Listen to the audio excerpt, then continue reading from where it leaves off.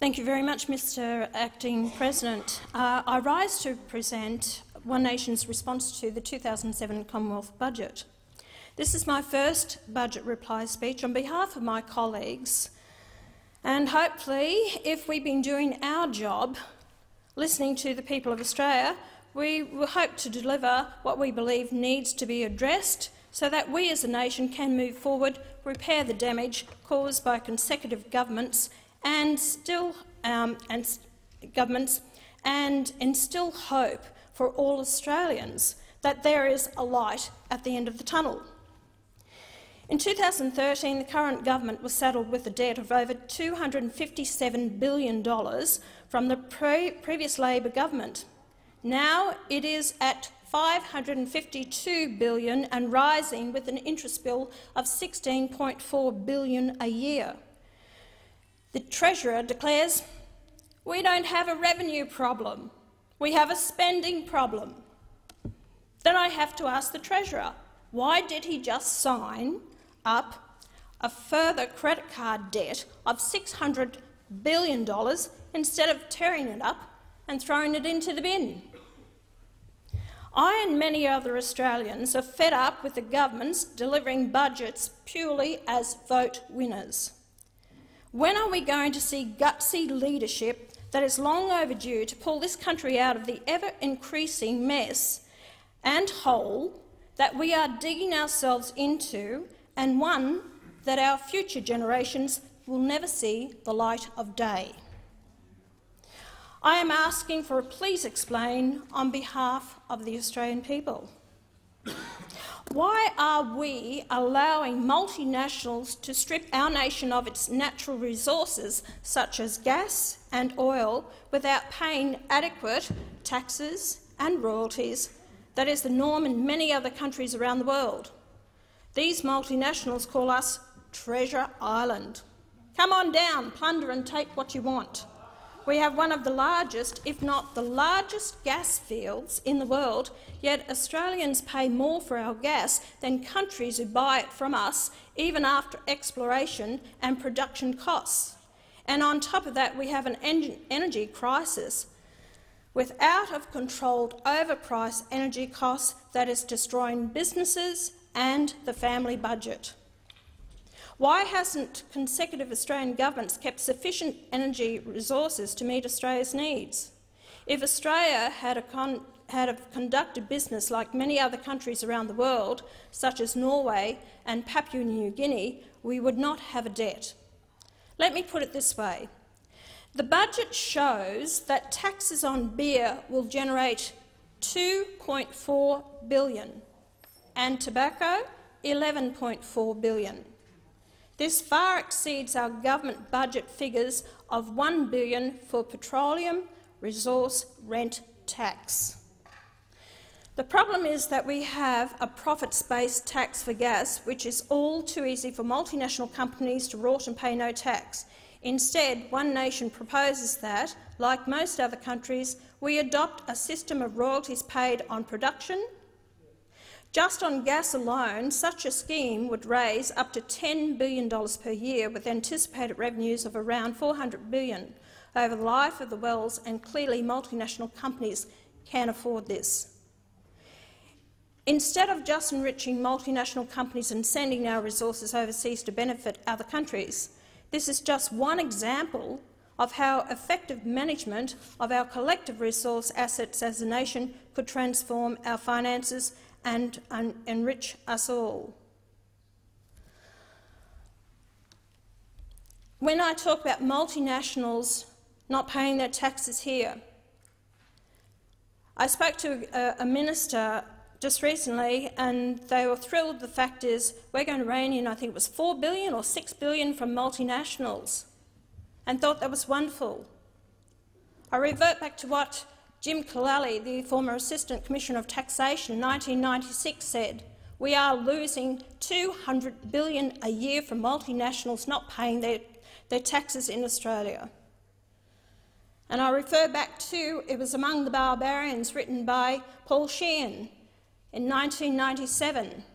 And he said, with our double taxation, 1953 double taxation agreement, We are losing out of our country $39 billion a year in taxes. In Australia only brings in $19 billion. It can be addressed if the governments, Liberal or Labor, are prepared to change legislation to ensure the multinationals pay their fair share of tax in Australia and not go to the battlers or people who want to have a drink or a smoke, who are picking up the taxes and to keeping this country going. I am sure that when Australians heard the Treasurer say he was going to impose a levy on the banks, we all thought, great, it's about time. I hate to be the bearer of bad news, but the levy will be a tax deduction for the banks of approximately 30%. Had the federal government brought it in as a tax on the bank, it would not be tax deductible.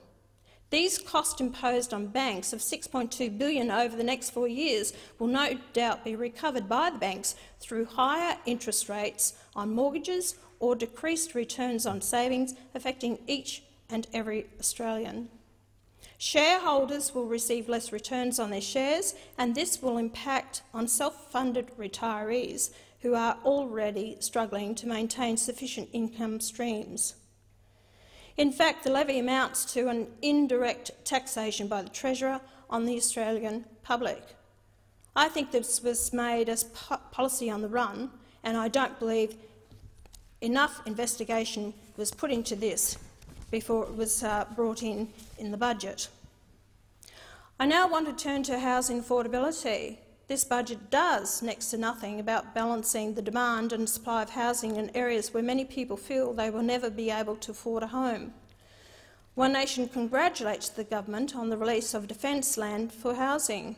We also support the government's initiative to allow first-home buyers to save within their super fund a sum of $30,000 towards their deposit on buying a property. My fellow senators and I also congratulate the government on its initiative to reduce the 50% of the number of apartments in a development that can be sold to foreign non-residents, but this measure does not go far enough.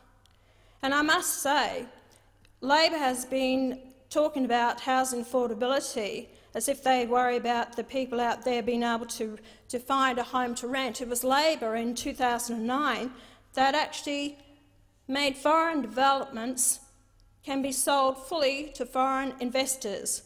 So they got rid of the 50% must be sold to Australians. So I congratulate the present government on reversing that and going back to 50% must be sold to Australian residents. One Nation wants all sales of established property to be for Australians only, whose identity and right to buy is verified at the time of contract, with effective penalties and enforcement. How often do we hear from people that they believe foreign investors are buying established housing? Under our laws, they are not allowed to, but this is not investigated, it is not policed. So what we are saying at point of sale, on the contract you must produce evidence to show your passport, your citizenship, or from the Foreign Investment Review Board that you have a right to buy that property. One Nation also believes that foreign non-residents should not be able to buy established property. Likewise, even in relation to new property, One Nation also believes foreign non-residents should be limited to one new property per person. Also, we are also saying that we have 400,000 foreign students in Australia. They can buy established housing, but they must also sell that property when leaving Australia. This is not policed. So if they actually buy a property and it is listed with the Immigration Department, that can actually be followed up if they leave the country and that property is not sold. One Nation would also force non-residents who already own properties but do not live in or rent them to either do so or sell them to Australian residents within 12 months. Everyone knows the single largest outlay in this budget is for welfare-related programs. Australia has gone into debt to keep paying welfare. I will not deny support for those in genuine need, but we have too many people on welfare who are cheating the system. This is not a new problem, but something needs to be done to reduce welfare expenditure so that those in genuine need can be supported. It is time for an identity card to be issued to every person who is entitled to receive taxpayer funds. We cannot carry the costs associated with people who are not entitled to support. This has been raised previously with an Australia card. But what we are proposing is an identity card that people who are going to access taxpayer-funded services must apply for it, they must present their 100 points for it, they must actually have their photo, a chip in it with their details, and it must have some form of security, which would be the palm of your hand, which cannot be duplicated. So anyone who is going to go for welfare, child support, the doctors, prescriptions, hospitals, let's make sure that they are not rorting the system. Too many aliases out there, too many people, illegals in this country, using their friends and families' cards to visit the doctors, ends up in our hospitals or getting prescriptions. People that are rorting our system was the case in New South Wales, where two brothers ripped off $27 million from the taxpayers in the Child Support Agency, and there are numerous others. If people are concerned about this card and their privacy, then I say to them, you have probably applied for a mobile phone. You have to present all kinds of identification to get a $30 plan. This is more important. If you're not prepared to present your identification, who you are, to get taxpayer-funded services, then you pay full price for it. Our welfare payments at the moment is over the top, and we need to rein it in. There are people in this country in multiple marriages, having multiple children, who are getting numerous amounts of money, thousands of dollars a week, and on top of that we are providing housing for them. We have to do something about it, and Australians are screaming out that changes need to happen. The welfare budget is now so large that it is stopping us investing in the future. Most of the infrastructure we enjoy today was made possible by past generations, but as the population grows, we need new investment. The government expects to spend $164 billion in the coming year on welfare, and that figure will increase as our population ages. We cannot go on borrowing for recurring expenses. One Nation is not convinced the NDIS will be funded by the 0.5% increase to Medicare levy. This is another thing that needs to be raised. We have over 800,000 Australians, or approaching that number, who are actually on disability pensions. Of one case I was informed about, a woman actually applied for disability pension because she had chronic disease, chronic fatigue, I should say. She was put on disability pension, was receiving it for 4 years, was never called in for a test.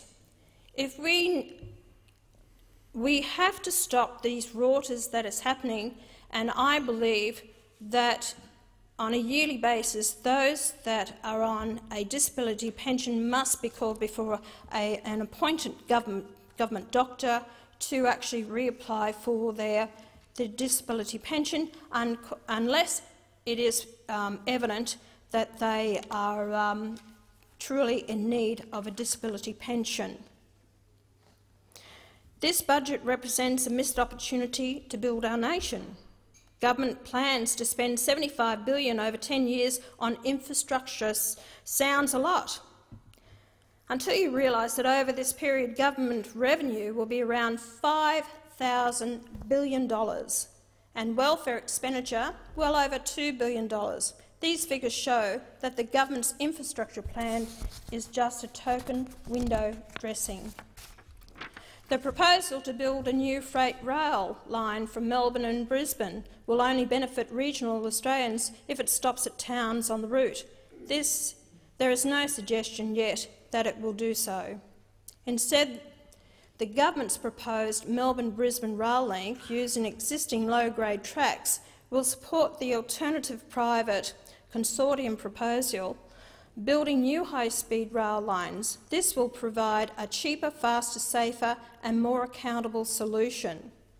The proposed rail link that the government is putting in is $10 billion, will take over 10 years to build.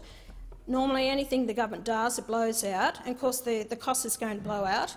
It is not going to go to the port, but the private proposal that they are planning will actually cost only $13 billion, will be built in 6 years, and it will actually be more beneficial to the people of Australia than the government's proposal. Too often we see government proposals and plans to build anything in this country. It does not work, it is over the top in costing, and I don't believe it is investigated enough. Likewise, the much-hailed Snowy 2.0, while also sounding wonderful in principle, starts to wobble as soon as it gets out of the gate.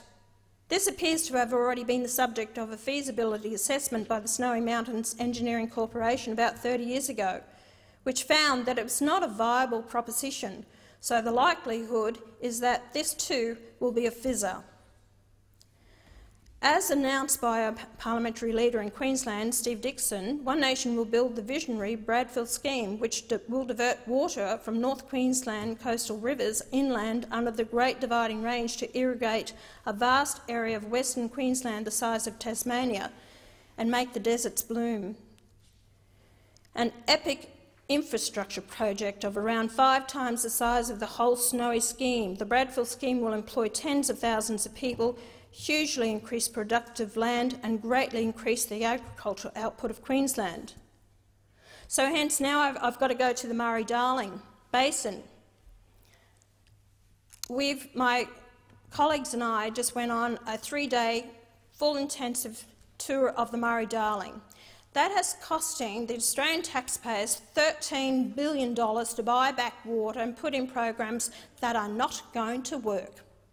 And what we saw with this is a program that is denying the farmers, small business, industries, communities, councils, the right to the water that will make them survive. We are shutting them down. We are saying that you will not have the water supply. The water is the lifeblood of this nation.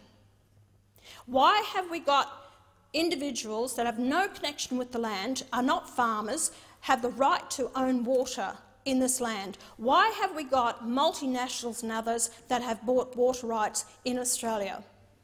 And yet we want to, and we're telling our farmers who are crying out for more water so they can increase their production or stop ripping out their trees because they've got no water, and yet we are intent on allowing the size of the Hume Dam, approximately 3,000 gigalitres, to actually flow down the Murray out to the river, which is not going to flood the entrance of the Murray-Darling. It is sheer madness, and the fact is that this needs to be looked at. And $13 billion that the government is putting into this. And farmers that I saw on their knees and losing their properties, their homes, for the cost of something that belongs to every Australian is the water that falls out of the sky, and yet we are charging them thousands of dollars and destroying their livelihoods and their businesses, all for big organisations or individuals to reap the rewards of it at their expense. While I'm happy with the increase in legal aid to community legal aid centres and Aboriginal legal aid, the government has ignored our request for the increase in legal aid generally to the tune of $200 million, which would have alleviated the burden on courts and particularly the family court. We all know, every member in this parliament knows, that the family law court and the issues that are happening there is devastating families. We need to put more resources into it. I would have dearly loved to have seen more money put into the family law courts, with registrars, with legal aid supporting it and helping this, because the average family normally has to wait 3 years before their case can be heard. We see fathers and some mums out there suiciding over this, and yet we are not addressing the matter of great concern. I see too much waste that is happening, and it distresses me for the Australian people who are crying out for assistance. In support to all this, the massive program of construction and coal and gas-fired power stations, we must go ahead with this, and we must implement them to give us cheap power so that we can have industries and manufacturing and the cost of living to the average family out there. The rising costs is nearly doubling. In a year in Western Australia, it's gone up approximately 72%. In Queensland, we've got the highest wholesale price of electricity. We've seen, the power station in South Australia closed. Now it's been Victoria, and yet we keep pouring more and more money into climate change, billions of dollars, and it's actually going nowhere. We have the Greens who are actually supporting. We've got to support wind power. We've got to support the solar power. We can't run the country on that with the population we have, the industries and manufacturing on this. We need coal-fire-based power load in Australia to run this country. I just see the billions of dollars that's going into this, and I just feel that we need a real debate and make sure this happens. Student debt is blowing out of proportion. It's approximately around about $52 billion with the VET's debt, vocational educational training debt, plus also the HECS debt. No one is really reining this in. When you've got to pay back, you pay back at $54,000, I must say, and I do say the government is trying to do something about it, but to pull it back to $42,000 before you start paying your debt back is not good enough. And education in Australia is well and good, but if you're going to go on and do course after course after course and expect that you're going to become a professional student at the cost of the taxpayer, when we haven't got the money and we're borrowing it, you've got to face up to your responsibilities, and you can't do it. I have no problem of giving a helping hand, but once you actually, and this was One Nation policy, that once you start earning your $22,000, then you start paying back to the taxpayer. And at $22,000 to pay back 2% is not much, because some of these people can go out in the town and spend over $100 on drinks and having a good night out, sometimes even more than that. There is a responsibility that they have to the Australian taxpayer, and it cannot be taken for granted anymore. The vocational educational training debt, and let me put this into perspective. In 2009, it was around about $25 million. By 2016, it's over $6 billion in debt. And we're looking at over $185 billion, which is going to be 46.3% of our national debt by 2025-26. So these people that have actually been given the opportunity for a higher education, and then they leave and they go overseas and they don't pay their debt back. I believe that we need to rein that in. We need to do something about this. And it is the taxpayers' monies. It is not there. It's an opportunity that's been given to them. A lot of other countries around the world don't give their people this opportunity, but I feel that we are being taken for granted and abused. I congratulate the government on their 457 visa and reining that in. We need jobs in Australia for Australians. And the schemes of the apprenticeship scheme that the government is introducing and the money it will create, I hope that the government will actually look at an apprenticeship scheme, as One Nation has proposed, that the government pays in the first year 75% of the wage, the second year 50% of the wage, and the third year 25% of the wage. Businesses have approached me, and I've spoken to them about this. They would jump at the opportunity of putting on apprentices. I congratulate the government on starting the scheme, the intern scheme. That is wonderful for a short period of time. Hopefully it might turn into a full-time job. But with an apprenticeship, those youth, or maybe the older generations who want to take on an apprenticeship scheme, will have a job for the long term, and we will have our own tradesmen and women and not bring in skilled migrants from overseas or 457 visa holders filling these positions. The NBN is something that is costing this country an absolute fortune, and I'm talking around about $55 to $60 billion a year. Sorry, I retract it, not a year, but in total. The NBN is going to be, will fail, it will be out of date, and that is why many Australians are not taking it up.